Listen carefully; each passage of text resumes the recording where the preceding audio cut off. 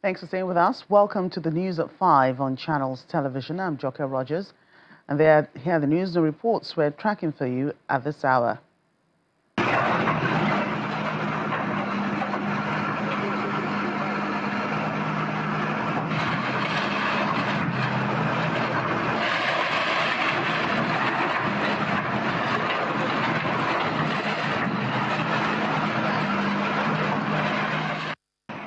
We begin with security matters in Oyo State, where the government has demolished a building used as a hideout by the kidnappers who abducted sister to the former Minister of Power, Mr. Baya Adelabu, and her twin sons in the Ring Road area of Ibadan, the state capital. A move the government believes reinforces its zero tolerance against criminality. A breakthrough into the case came when intelligence reports linked the structure to the criminal gang responsible for the abduction, leading to the eventual rescue of Mrs. Olaide John Paul and her sons.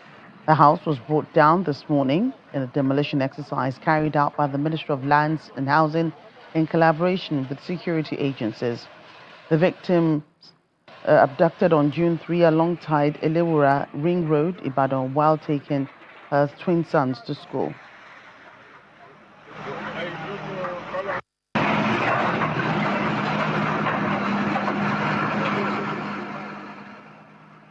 More security matters. As part of efforts to ensure security of the nation's capital, the FCT Police Command has launched the Violent Crime Response Unit to tackle criminal activities within Abuja and environs.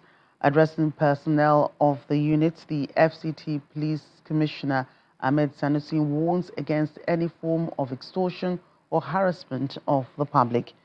He also assures members of the public that their security remains paramount, as the launch of the unit is in line with the directive of the Inspector General of Police to promote a transparent and accountable police force.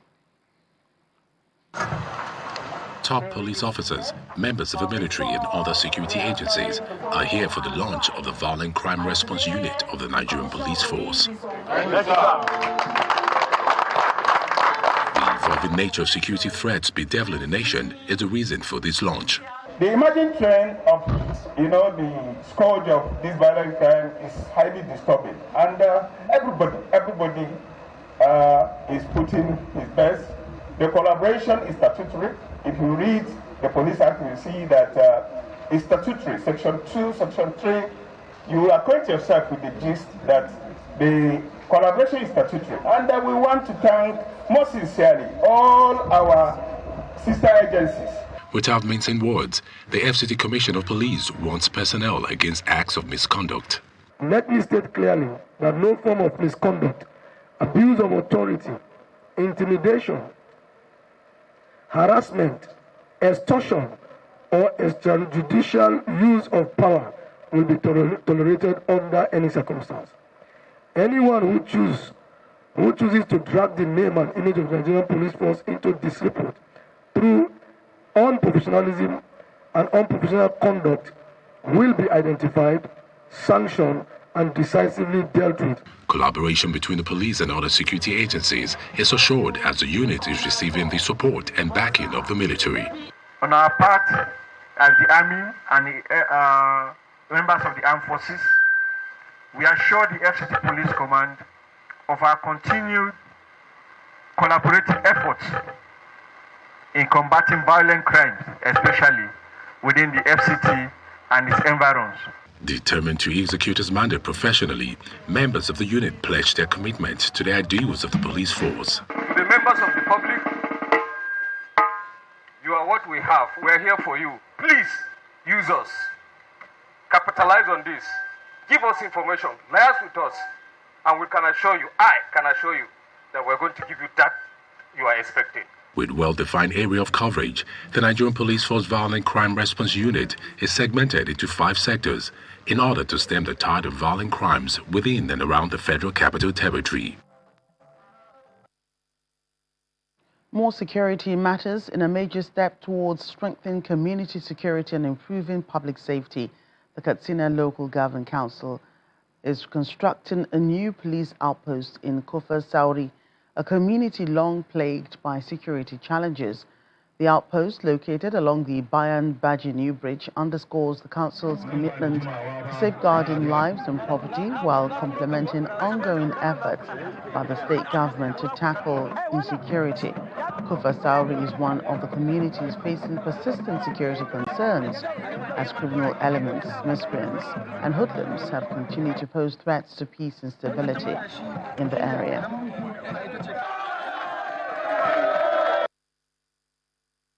As a local government council chairman duly elected by my people, it's a responsibility that befell upon me to see whatever I can do, I will do to see that my people are protected, their lives is protected, and at the same time their property. And this area of Kufa Sauri in Katsina Metropolis is one of the areas that is facing insecurity challenges by hoodlums and miscreant and mischief makers, and we deem it necessary to see what we can do to the people to come to their aid. And by doing so, we have decided to construct a police outpost whereby policemen will be situated in that place so that they will be able to provide security, peace and tranquility and harmony at the same time for the people of our killing Gabaswan and Kufa Sauri at large. And this is also the mantra of His Excellency, the Executive Governor of Katsina, Madam Duka Umar, to secure the state. And as local government council chairman, this is part of the effort that we are doing to complement his effort in terms of providing security within the people of Katsina local government. And in Ogun State, the government has inaugurated a multi-sectoral safe schools steering committee to address internal and emerging security threats and challenges in schools to ensure conducive atmosphere for teaching and learning. The committee was inaugurated in Abuja, the state capital, with a mandate to provide leadership in developing and implementing policies that will enhance school safety.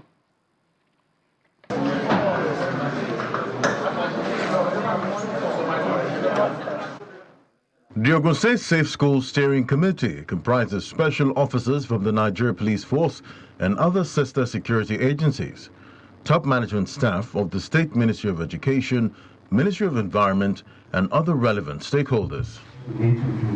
The inauguration is a strategic response to strengthening the security architecture across schools in the face of emerging challenges such as drug abuse, kidnapping, and cultism. As we are here today to do this, I believe we are going to achieve something great. Schools are no longer merely centers for academic learning.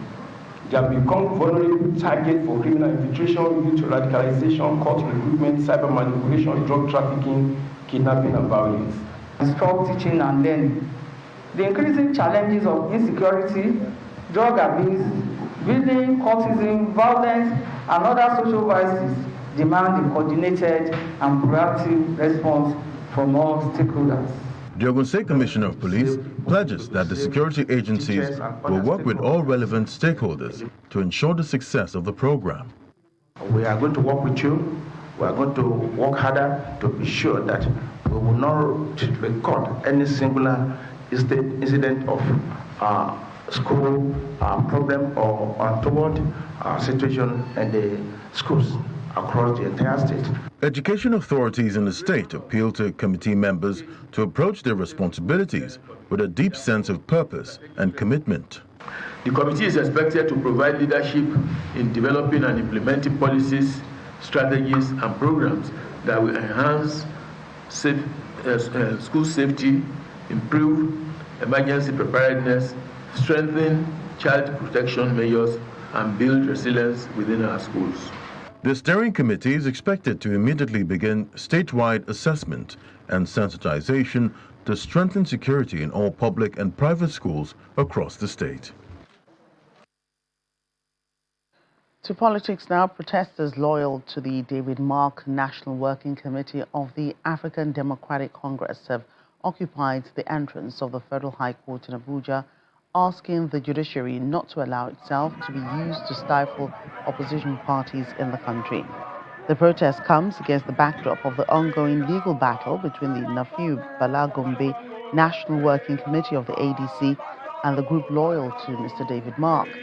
The demonstrators alleged that the matter which the Supreme Court referred back to the Federal High Court as a ploy to distract the opposition political party, especially ahead of the 2027 general elections.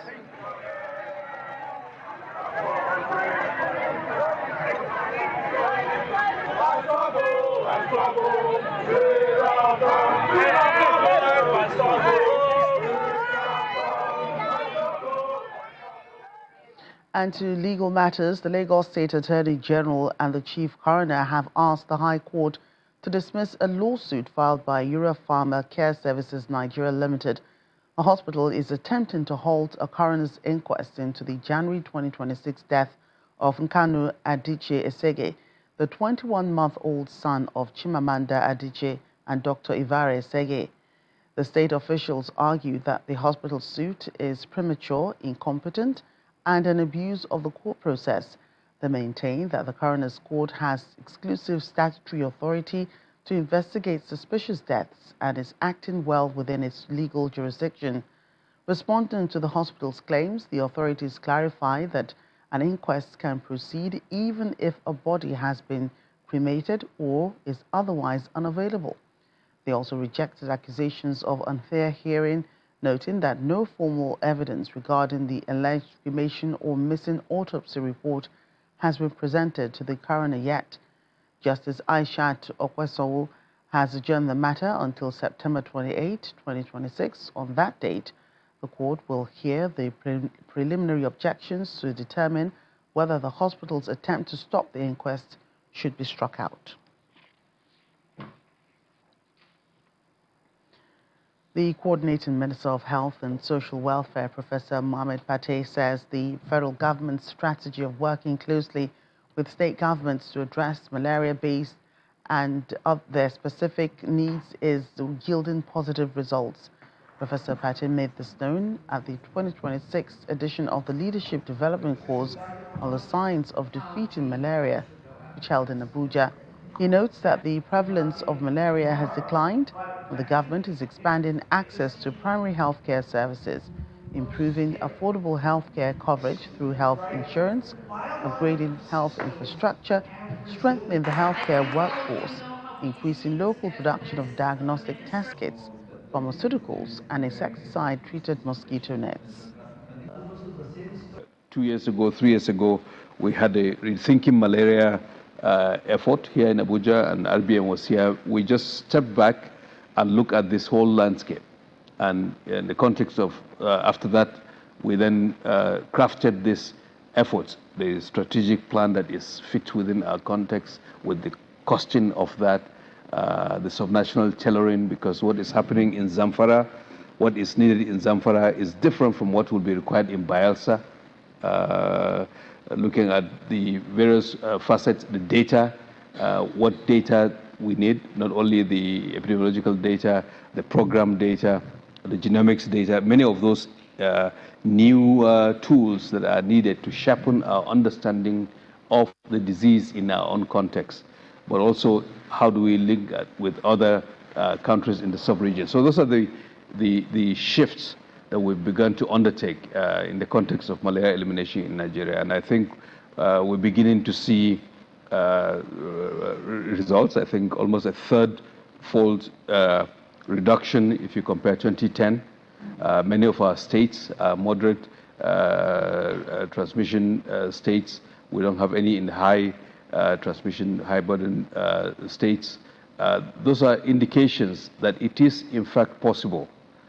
It is not easy, but it is possible. I would say that we're making progress. With 15% prevalence, we really need to sustain the effort so far. So in the sustaining of this effort, we need, science. We need to understand, the science of this infection and how to implement. We also need to discuss innovation, R&D, in terms of malaria, the vector. When we come back on the news at 5, we'll have business news. IATA revises African Airlines net profit. That's on business news in a moment. Please stay with us.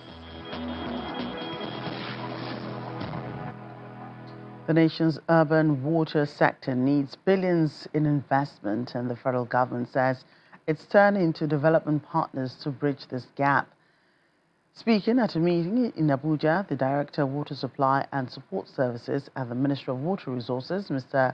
Babarinde Mukaila, who represented the minister at the event, explains that although development partners have funded water projects in over 10 states, stronger governance and policy reforms remains key to delivering needed results. Over the years, government at all levels, with the support of the development partners, invested heavily towards the reform of the urban water supply sector, with marginal national success recorded. The ultimate goal is to have urban water utilities that provide reliable and adequate service, that are operationally capable and financially stable. This workshop is apt towards a critical review of our performance. Are we on track? Look inwards to see where we need to improve for future project implementation, and to showcase good examples and tested innovation to emulate and adopt. The AMPP believes that the review of urban water and sanitation sector in Nigeria will contribute to principles like providing information about the current state of the sector, including sector goals, objectives, strategies, policies, legal and institutional framework. There's a passionate appeal from the Ondo State government to international organizations as he wants them to come to its aid in addressing the hazards posed by ocean incursion and climate change in several coastal communities in the state. Executive Chairman of the Ondo State Oil Producing Areas Development Commission, Osopadek, B. Boroye, says more than 80% of original landmass has been eroded, with thousands of homes and other properties destroyed. Incursion by the Atlantic Ocean is a serious environmental menace that has been threatening the existence of some coastal communities in Ilaje local government area of Ondo State for decades now. During the yearly rainy season, many communities in the local government area are severely affected by the ocean surge. The most affected of these communities is Ayetoro, which has lost approximately 80% of its original landmass, while over 1,000 homes have been destroyed.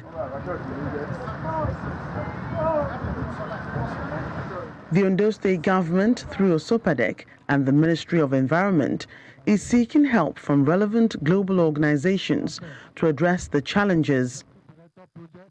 Most importantly, we need donors, we need support, we need grants, we need the international community to come to our aid as we begin to present to them those areas where we need them to handle for us, that our resources at the commission, the resources at the state, and possibly the resources at the federal cannot handle. Previous government, I think efforts had not been enough. But what is past is past. It takes a lot of effort to twist your neck back to see what has happened in the past. But it saves less to face front. So we are forward-looking and scouting for how best we can solve this issue so that people living in this area can live peacefully. The traditional ruler of Ayetoro Kingdom, Oba Oluwambe Ojagbonmi, expresses displeasure on the devastation caused by the ocean incursion in the last 2 decades. It has been serious situation because people are shifting and moving and shifting and carrying goods and children and houses in locations. So it has been so devastating for us.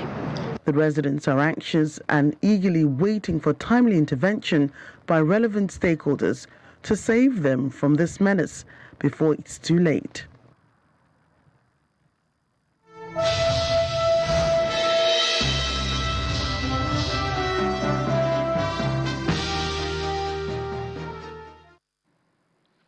Welcome to Business News. The International Air Transport Association has identified Nigeria as one of the most expensive countries in the world to operate an airline. It cited high operational costs that continue to challenge the viability and growth of local carriers. Speaking at the IATA annual general meeting in Brazil, the organization's regional vice president for Africa and the Middle East, Kamil Al-Awadi, says it despite ongoing efforts by Nigeria's Minister of Aviation and Aerospace Development, Festus Keyamo, to reform and improve the aviation sector, airlines in the country still face significant cost pressures. The federal Ministry of Finance has approved payments to more than 1,240 contractors, providing immediate liquidity support to businesses and reaffirming the federal government's commitment to settling verified financial obligations. A statement issued by the Senior Special Assistant on Communication and Press Secretary to the Minister of Finance, Mary Ann Duke, says the approval was granted following a comprehensive verification and reconciliation exercise to ensure that only duly validated claims qualify for the payment. OPEC Plus ministers have agreed to raise oil production quotas by 188,000 barrels per day for July, despite growing concerns over supply disruptions linked to tensions in the Middle East. The decision was reached during a virtual meeting involving key producers, including Saudi Arabia and Russia. However, analysts say the increase is unlikely to ease pressure on oil prices, warning that ongoing risks around the Strait of Hormuz continue to threaten global crude supply more than output quotas themselves.